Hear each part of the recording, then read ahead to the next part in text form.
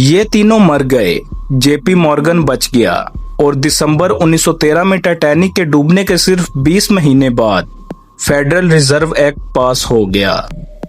अब आता है वो हिस्सा जो जैक टीवी हमेशा आप लोगों को देता है, दोनों साइड्स। कंस्पाइरेसी के सपोर्टर्स कहते हैं जेपी मॉर्गन का लास्ट मिनट कैंसिल करना सस्पिशियस है। 3 फेडरल रिजर्व ओपोनेंट्स का एक साथ मरना इत्तेफाक नहीं हो सकता। दोनों जहाजों का इतना मिलना जुलना शक पैदा करता है। हिस्टोरियंस और एक्सपर्ट्स कहते हैं टाइटैनिक का इंश्योरेंस सिर्फ $50 लाख था, जबकि जहाज की वैल्यू $75 लाख थी। तो इंश्योरेंस फ्रॉड में क्या फायदा रखा गया? शिप स्विच करने के लिए हजारों वर्कर्स की जरूरत थी, कोई एक भी नहीं बोला। जेपी मॉर्गन अकेला नहीं था जिसने ट्रिप कैंसिल की, 55 और लोग भी नहीं गए।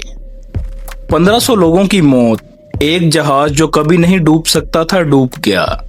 क्या यह सिर्फ एक हादसा था या किसी ने पैसों और ताकत के लिए 1500 जिंदगियों की कुर्बानी दे डाली?